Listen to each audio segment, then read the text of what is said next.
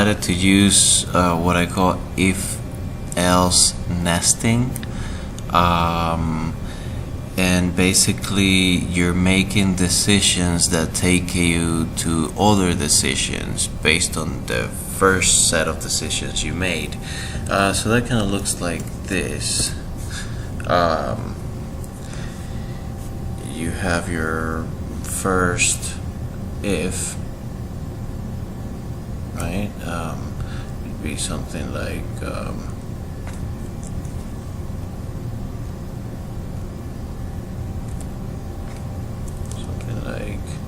A is less than B, right?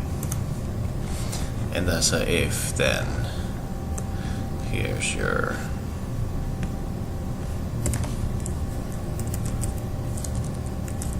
then here's your else.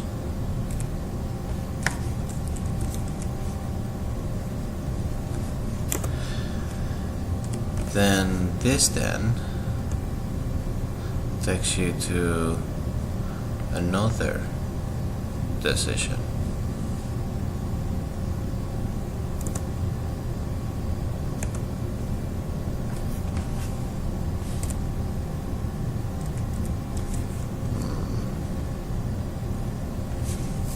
Something like Z or X is equals to W. And then this else here took you to another decision that had to be made. 3 is equal, less than or equal to E. Right, and then this will take you to different places, and this shall take you to different places.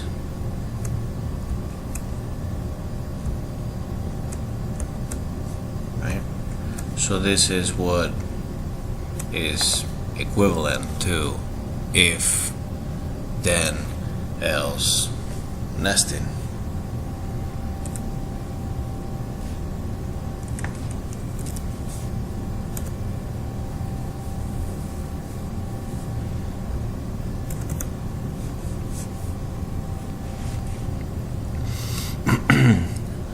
So we'll see how this runs when we do some debugging.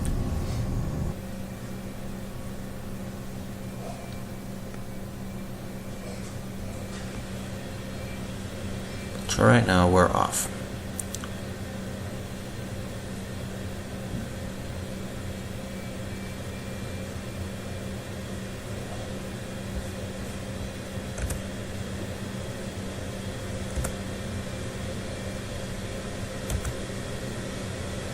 TS is 25.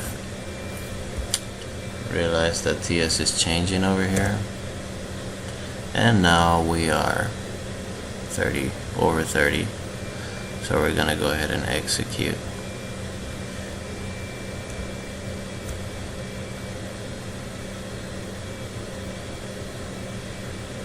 So basically, unit state is 1. So we're off. It doesn't matter if our occupancy schedule is on, we're off. So in order to change that, we're gonna have to come here and select 2. Boom, now we're in summer mode.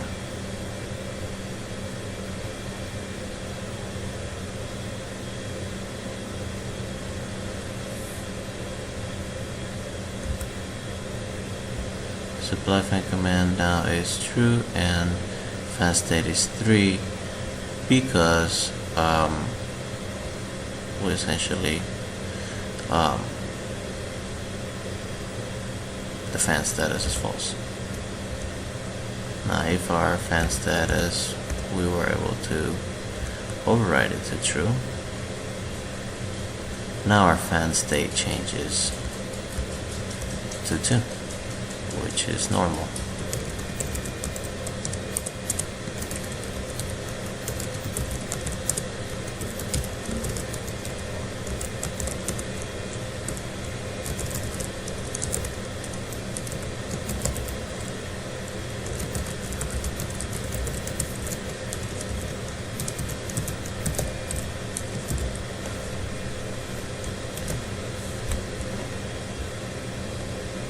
Alright, so we're basically saying run control logic, then go to execute rate, then wait here for 5 seconds, then go right back up to control logic.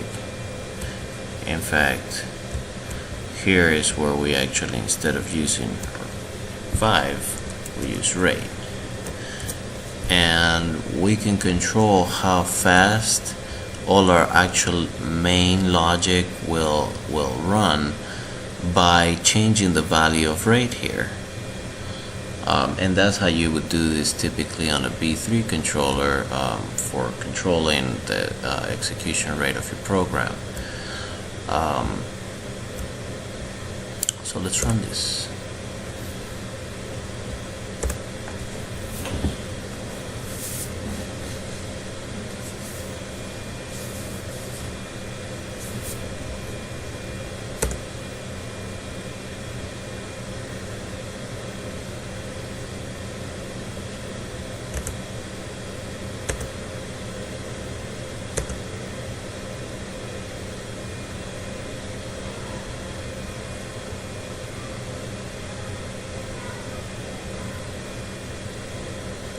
Keep track of the scan time also.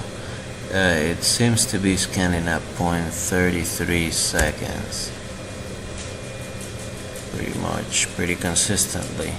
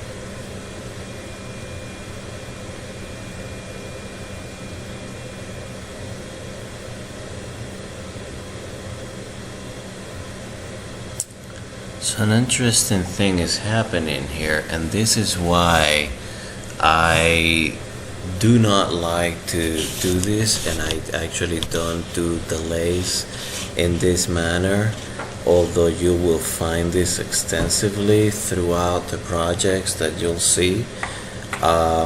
This is a very good reason why not to do delay logic in this form. If you notice, this if TS is more than 30 has basically stopped to evaluate as a true condition. Hence now it worked fine in the beginning in order to delay the fan, even though these conditions had already become true. This logic here was successfully able to act as a time delay.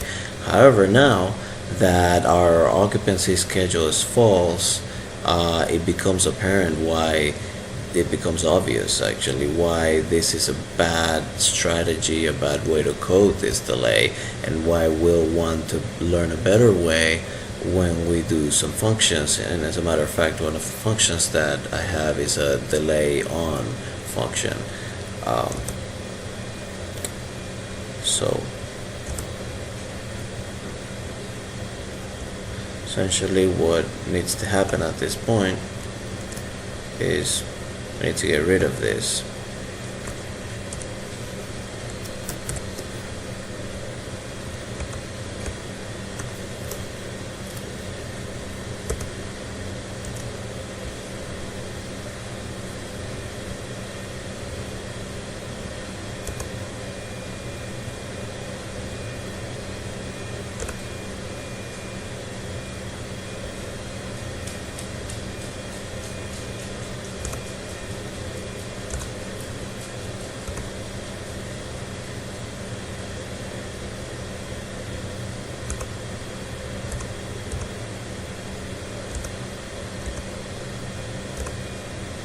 So now we're simulating a call for heating or cooling during unoccupied hours.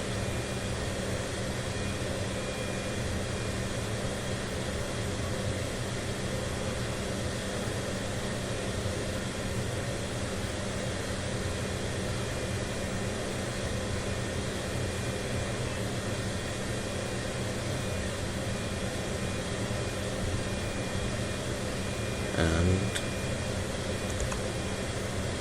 for some reason fan command, even though it's actually executing, fan command is actually false right now. But we are actually, we're definitely seeing fan command be called as true here.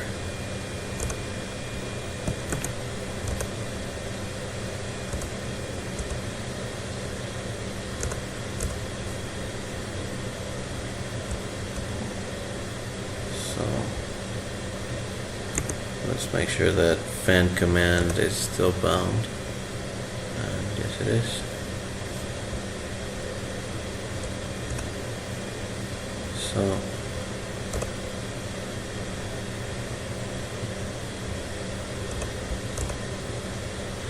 the debugger does that at times, but anyway, now we'll just go ahead and look at this.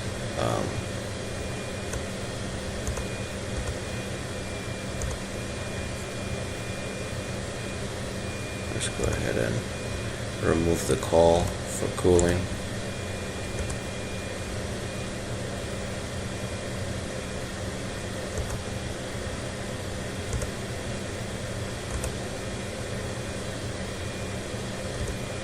So let's see that again, because I tripped myself. So we had a call for cooling. Now we have a command for the fan. We remove the call for cooling.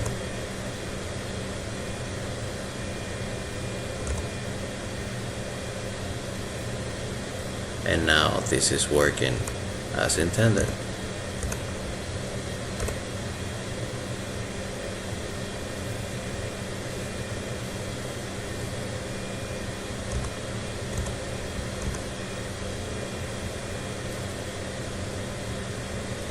However, when we had that